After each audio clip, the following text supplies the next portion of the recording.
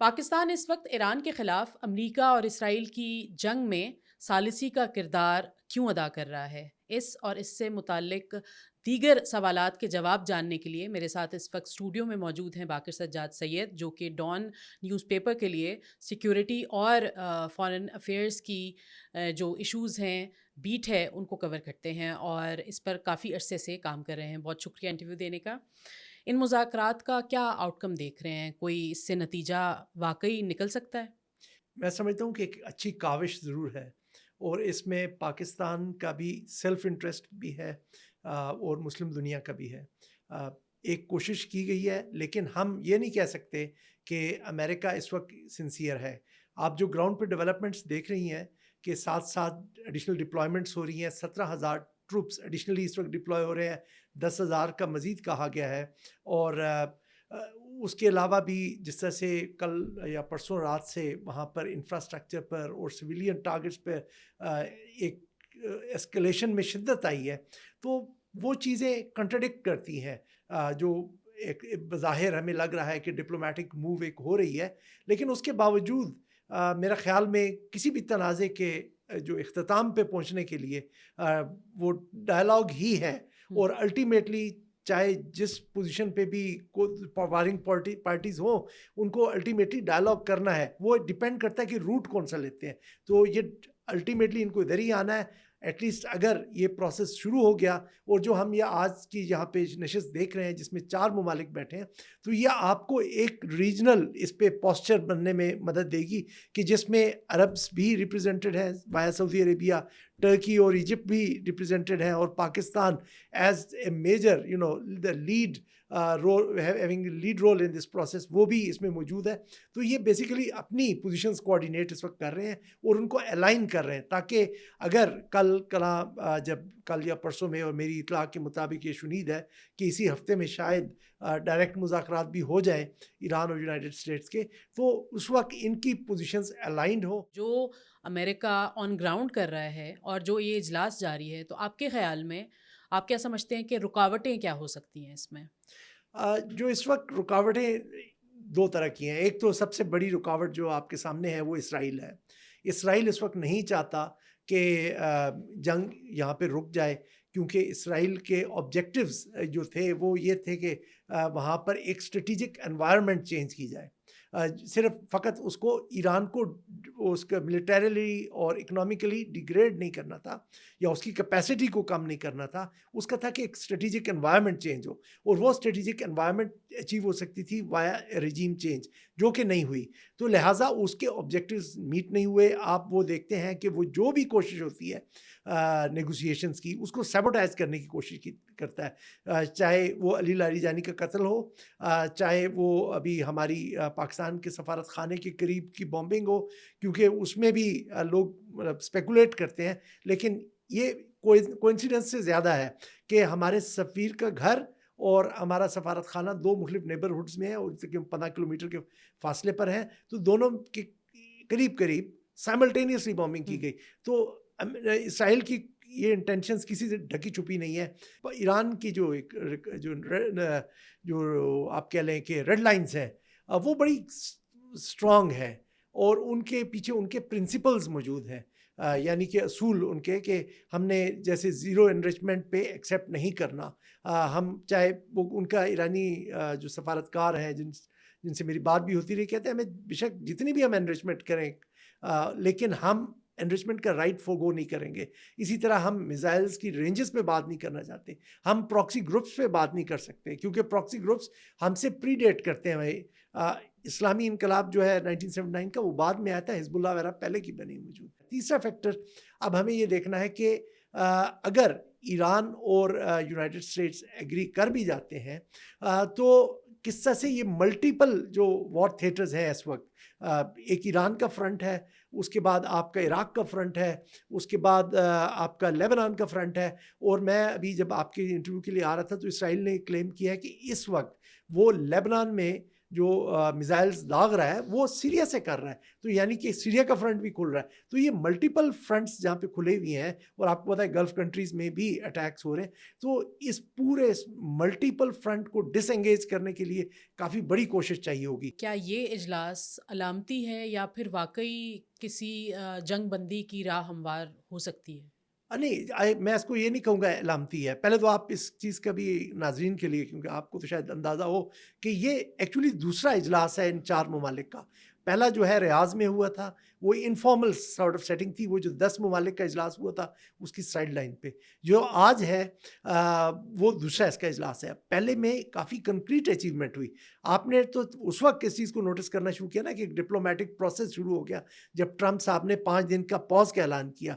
اس سے پہلے جب یہ میٹنگ ہوئی تھی تو ایجپشن انٹیلیجنس نے اس میٹنگ کے نتیجے میں IRGC کے ساتھ اپنا ایک چینل کھولا تھا، جس کو بعد میں پاکستان نے جس پہ کیپٹلائز کیا اور ڈائلاگ پروسیس کو آگے لے کے گئے.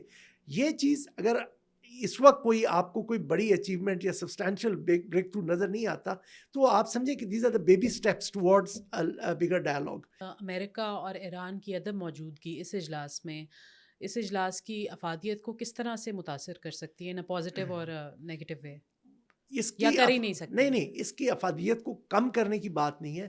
یہ پروسیس جو یہ والا چل رہا ہے یہ ایران اور امریکہ کے ڈائلاگ کو فیسیلیٹیٹ کرنے کے لیے ہے. اس کا مطلب نہیں ہے کہ اس ڈائلاگ کے اندر کنٹریبیوٹ کرنے کے لیے، مطلب نیگوسیشن کے اندر کنٹریبیوٹ کرنے کی، بلکہ ان دونوں کو ٹیبل پہ لانے کے لیے ہے. Building blocks. جی، building blocks. They have to provide the venue. وہ سیٹنگ ایک پرووائڈ کرنی ہے. وینیو تو صرف ایک، ویسے میں ذرا زیادہ نیرو ٹرم میں کہہ گیا، ایک سیٹنگ پرووائڈ کرنی ہے جس میں وہ دونوں بات چیت کریں. اب جیسے آپ نے بات کی تھی کہ کیا اس میں رکاوٹیں آ سکتی ہیں، تو دیکھیں ایک تو وہ ایران کو راضی کر رہے ہیں. جو کل پزشکیان کے ساتھ شہباز شریف صاحب کی بات ہوئی، یا ڈار صاحب کی اراکچی سے بات ہوئی، یا حقان فیدان کی اراکچی سے بات ہوئی، سب میں ایک کامن تھریڈ ہے کہ جی ایران کو US پہ ٹرسٹ نہیں ہے. تو یہ دیکھیں گے کہ ہم کس طرح سے ٹرسٹ بلڈنگ کر سکتے ہیں. اس کی آپ نے رات کو ایک مثال دیکھی.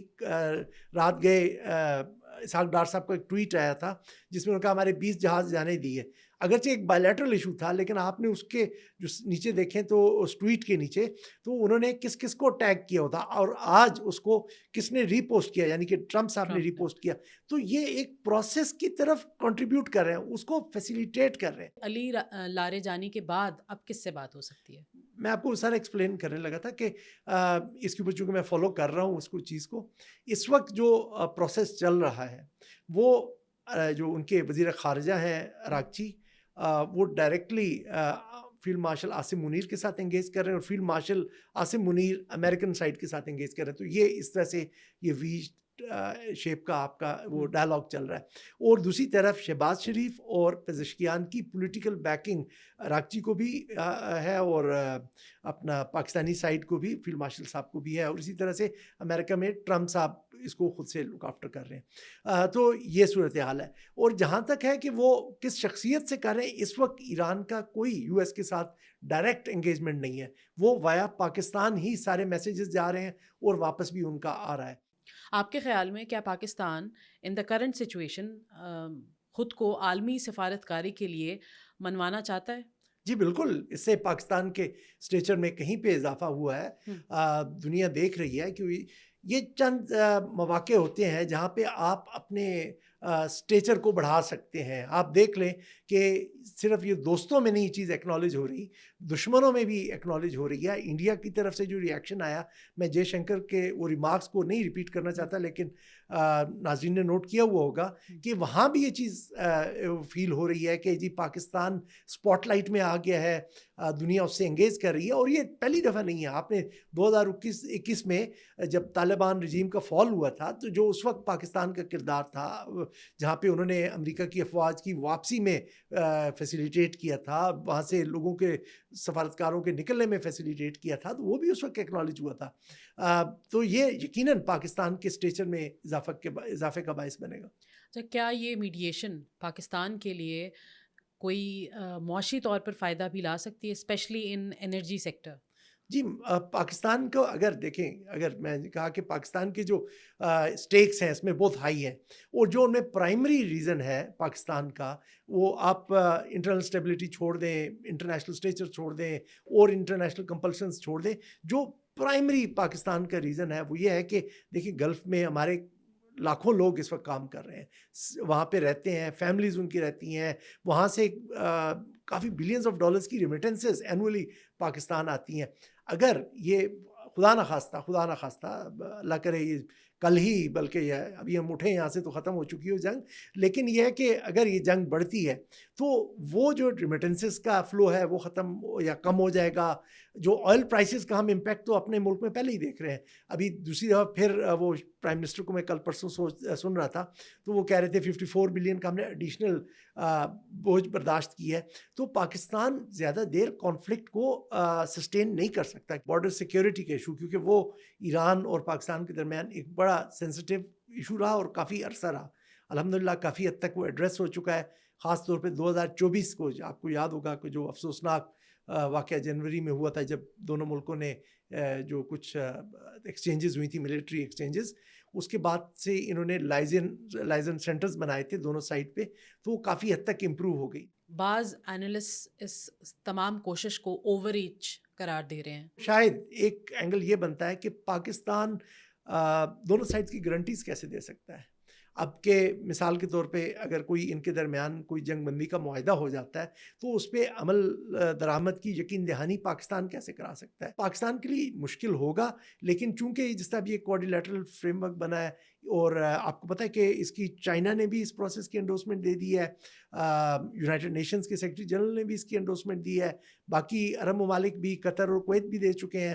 تو امید یہی ہے کہ پاکستان ان سب کو لے کے پھر یہ جو کمی ہے کہ کس طرح سے ان کی گارنٹیز دینی ہے یا اس سارے پروسیس کو انسولیٹ کرنا ہے سیبوٹیج سے، تو وہ اس کے لیے پھر پاکستان شاید پیش بندی کر سکے۔